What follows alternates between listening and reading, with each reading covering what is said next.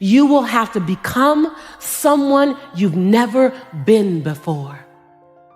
You want to go somewhere you've never gone? You got to do something you've never done.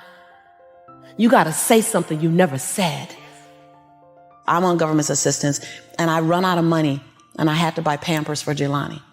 And I had $11.42 in the bank. And I remember wrapping my son in a towel for 2 days. Have you ever asked yourself the question, how did I get here? Many times we make subtle decisions that don't seem to be a big deal. But what we often fail to realize is that where you are today is the result of all of the decisions, big and small, that you've made up until this point. You got to go to a place in you that you've never even been. You get to redesign. You are your Michelangelo. You are your greatest sculpture. And you get to recarve and you get to up-level as much as you need. You're not sentenced to this life this way. You chose it. I remember the second day, like you said, I had my hand on Jelani's stomach and I said, don't worry, baby. Mommy will never be this broke or broken again. And that day, what shifted for me, you get to choose as much as you want. You get to design it any way you choose. You're not sentenced to your future. You have an opportunity to your future. What do you want and how do you want it? And if it doesn't make you a little afraid, then you ain't playing big enough. You have to be like water. Learn to be like water, adaptable, fit into any vessel, have a sense of calm, have a sense of patience.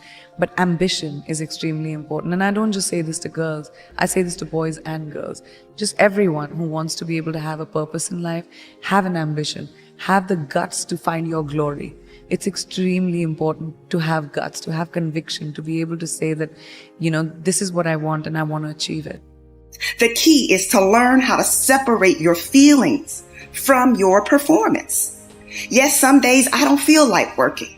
Some days I have to battle with unfair situations. But at the end of the day, I have a decision to make.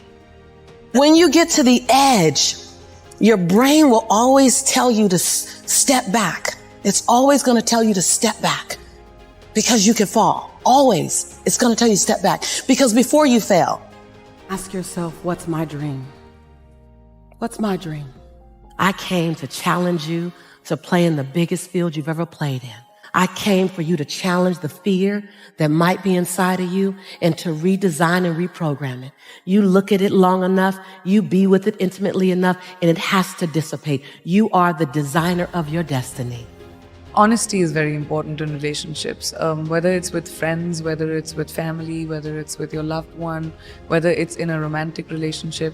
I think being real to what you really are feeling is very important. And a lot of people don't have the guts to do that because we are always pretending to be a certain way so that we can maintain a relationship.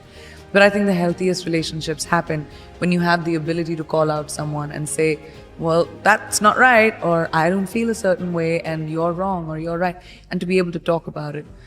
It takes taking that cloak of being careful about your emotions off, but that's very important.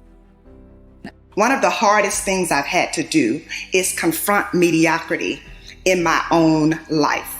I'm challenging you to commit to dismantling whatever it is that has been holding your destiny hostage. Is it self-doubt? Is it the fear of being rejected? Is it self-sabotage? Is it refusing to let go of the past? Don't get so wrapped up in what happened yesterday that you miss out on the opportunities that are waiting for you today.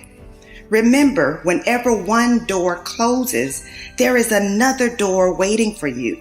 Don't second guess yourself and don't be so afraid of failing that you create excuses instead of producing results.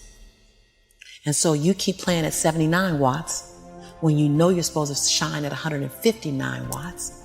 And you keep checking the temperature of the room to see what the room can handle versus just giving the room you and letting them, if your light's too bright, then let them put on some shades. Can you give yourself permission to live in the duality of your imperfections and your smallness and what you're learning and what you still have to learn and your greatness and your brilliance and your light? Can you allow them to coexist and then serve them up to the world? To love you, to see you, to inhale you, to judge you, to leave you, to love you. Some of us are just as afraid of being loved as we are to be left. If you go where you've never gone, do what you've never done, and say what you've never said, you'll become the woman and the man you've always known yourself to be.